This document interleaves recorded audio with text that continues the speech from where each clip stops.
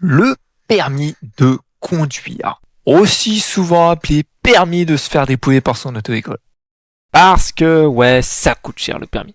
Parce que quand on dit permis, il n'y a pas que permis. Il y a permis, heure de conduite avant, ainsi que le code. L'entièreté de tout ça, je peux vous assurer que vous allez perdre beaucoup d'argent. Mais bon, c'est vrai que t'as quand même souvent besoin du permis. Il y a pas mal de gens qui en ont besoin tous les jours, ne serait-ce que pour aller au travail ou à l'école, pour ceux qui sont en études sup. Parce que oui, un jour, c'est vrai que j'ai pris le bus et je me suis retrouvé à côté du puant. Tu sais, ce mec, c'est le vieux du bus qui boit à longueur de journée, qui fume à longueur de journée. Et le truc, c'est qu'il sent vraiment très fort.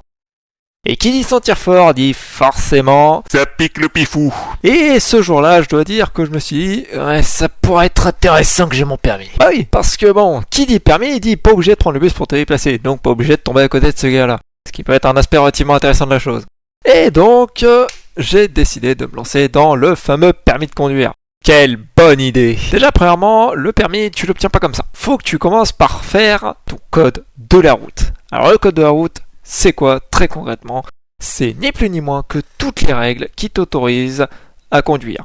Savoir quand t'es prioritaire, quand tu l'es pas, ce que t'as le droit de faire, ce que t'as pas le droit de faire, quel panneau veut dire quoi, etc. C'est un peu le règlement intérieur de la route, si tu veux. Et ne serait-ce que pour passer ce code, il faut payer. Ouais. Bah oui, ça serait trop facile si quoi que ce soit était gratuit. Ça se saurait.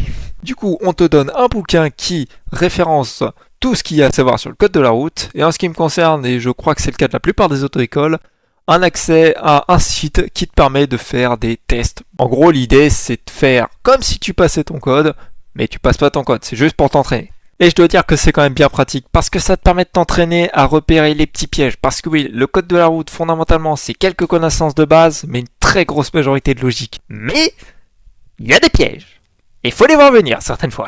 Bon, fondamentalement, je vais pas m'éterniser sur le code, parce que très concrètement, c'est de la fourre. Et non, je ne mettrai pas de T à ce mot-là, tout simplement pour essayer de rester un minimum YouTube friendly, évidemment. Bon, une fois que tu as passé ton code, à ce moment-là, il faut que tu t'attaques à ce qu'on appelle la conduite. Alors la conduite, en gros, c'est quoi? La conduite, t'es dans la voiture de ton auto-école, avec un instructeur ou une instructrice, et concrètement, tu apprends à conduire. On t'apprend à passer les vitesses si tu es en boîte manuelle, accélérer, freiner, faire des démarrages en côte, des manœuvres, tout ça. Et en fait, l'idée, c'est simplement d'apprendre à conduire et de t'habituer à conduire cette voiture. Parce que oui, c'est sur la voiture que tu fais tes heures de conduite que tu vas aller passer ton permis de conduire. Donc c'est très important de bien la connaître et de bien la maîtriser. Par ailleurs, au permis, il y a des questions. Et parmi celles qui peuvent te tomber dessus, il y en a pas mal qui sont en référence avec la voiture. Par exemple, ouvrir le coffre, montrer comment activer le désembuage, tout ça. Donc, faut vraiment connaître la voiture sur le bout des doigts. Autant pour la conduite que pour les commandes en tout genre. Et les heures de conduite, je dois dire que c'est pas de la tarte. Ça coûte cher et il faut en faire vraiment beaucoup. Parce que oui, tu te doutes bien que si t'as jamais mis les mains sur un volant de ta vie comme moi, ça s'apprend pas en 2 heures de conduire. Bon, après, faut aussi souligner que souvent les auto-écoles sont un peu fourbes. Ils vont te dire que t'es pas encore prêt pour passer le permis alors que fondamentalement tu l'es, juste pour te rajouter des heures. Heures que tu vas payer. Mais c'est trop facile. Et c'est à peu près ce que m'a fait mon auto-école, c'est ça qu'à foutre. Ouais, mais tu peux pas dire le mot foutre. Tu vas choquer les jeunes. Ouais, c'est vrai, t'as raison, je suis désolé. Non, mais c'est pas bien. Vraiment, tu vas les traumatiser. Oui, ça va, j'ai compris. Non, mais tu vas les traumatiser, vraiment. Tu vas provoquer des lésions cérébrales qui vont leur laisser des problèmes qui vont rester à vie. Tu peux pas dire ça. Et ferme ta gueule. bon, ceci étant dit, comme je disais à mon auto-école, ils m'ont rajouté beaucoup d'heures de conduite. Bon, après, il faut savoir que forcément, sur les heures qu'on m'a rajoutées après que j'ai demandé à passer le permis, il y en avait une qui est obligatoire, c'est l'heure où on te montre en fait ni plus ni moins que les différentes choses sur la voiture. Comme je vous expliquais tout à l'heure, c'est juste en prévision des questions du permis. Bon, moi, tant que j'y étais, en vrai, j'ai révisé toutes les questions avec la monitrice, au moins comme ça, j'étais sûr d'être carré. Mais bon, je dois quand même dire que ça, plus les 3 heures de conduite supplémentaires qu'on m'a rajoutées, bon... Quand on sait que toutes les 2 heures de conduite, on me donnait une facture de 140 balles... Combien? Punaise, j'ai mal à mes économies. Oui, parce que 4 heures, en sachant que 2 heures c'est 140 balles. Oui, si tu es beau, maître, ça fait 280 balles, évidemment, oui. Ah bah je vous l'ai dit, hein, le permis tu le passes pas si t'es pauvre. Il faut taffer pour avoir les thunes pour le payer. Parce qu'en plus, certes, tu fais tes heures de conduite et tu vas ensuite pouvoir passer le permis. Mais si tu le rates, tu reprends des heures de conduite que tu payes évidemment à nouveau. Ben oui, évidemment. Et après, tu peux te réinscrire au permis. Mais si tu le rates, tu repayes. C'est une putain de boucle infernale. Bon, en ce qui me concerne, j'ai pas eu ce problème, j'ai eu mon permis du premier coup. Alors si je peux me la raconter, j'ai eu 30 points sur 31. En plus, le mieux c'est de savoir quand tu perds un ou plusieurs points. Je savais où j'ai perdu mon point. Concrètement, il y avait un mec qui était bourré. Et il se baladait juste à côté de la route évidemment. Le mec passe pas loin d'un passage piéton, sauf que je le regarde depuis littéralement 30 secondes et je sais bien qu'il ne va pas passer. Mais malheureusement pour moi, il est passé à peu près à côté de moi au moment où je passais au-dessus du passage piéton. Résultat, monsieur, il faut ralentir un peu plus pour être prévoyant. Et paf, un point en moins sur le permis. Donc faut se méfier parce que ça va très vite les points en moins sur le permis. Il te suffit de pas grand chose et tu peux vraiment perdre des points bêtement. Alors je vous conseille de vraiment bien être carré sur les questions. Parce que les questions c'est vraiment des points gratos. Pour le coup, il suffit de relire ton bouquin juste avant ton permis et si t'as pas une mémoire trop merdique, tu sais déjà que t'auras des points. Les points des questions, hein, je reprécise, sait-on jamais. Ah oui, et j'ai pas reprécisé, le mec, il était bourré. Mais à quelle heure j'ai passé mon permis, vous allez me demander? 9h. Oui, 9h. 9h du matin. Oui. Le mec était bourré. À 9h du matin. Bourré. À 9h du matin.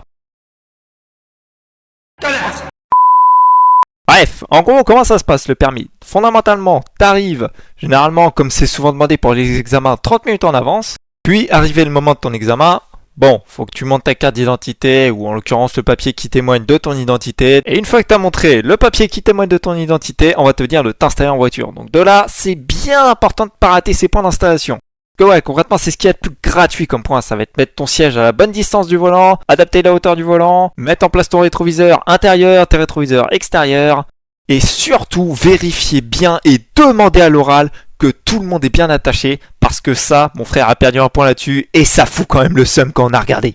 Parce que ouais, vous pouvez perdre un point là-dessus. Il suffit de pas grand-chose, hein. Faut vraiment faire gaffe et vraiment amplifier de ouf tout. Même vos contrôles. Les contrôles, faut bien que tu tournes la tête quasiment à 90 degrés pour montrer que tu fais ton contrôle. Parce que sinon, si tu tournes juste les yeux, on va dire « Ah non, tu as pas fait tes contrôles. Ah non, non, non. » Et paf, un point en moins. Ah, je vous jure, le départ des points du permis qui se casse comme ça en te disant « Salut mon pote !» c'est encore plus rapide que Molly, c'est aberrant. Surtout que quand tu sais où t'as perdu tes points, t'as juste l'impression d'être con comme une brique. Mais bon, pour en revenir sur l'organisation du permis, une fois que t'es installé, à ce moment-là, tu vas conduire 30 minutes. Au cours de ces 30 minutes, on va te demander de faire ce qu'on appelle une manœuvre. Alors ça peut être plein de choses, hein. Ça peut être le fameux rangement en bataille, le plus détesté je pense, le créneau, et sinon le rangement en épi, mais bon, comptez pas trop là-dessus, franchement le rangement en épi c'est gratos, quasiment personne là. Et généralement, moi c'est ce qui s'est passé par exemple, quand t'es garé, on va te poser des questions.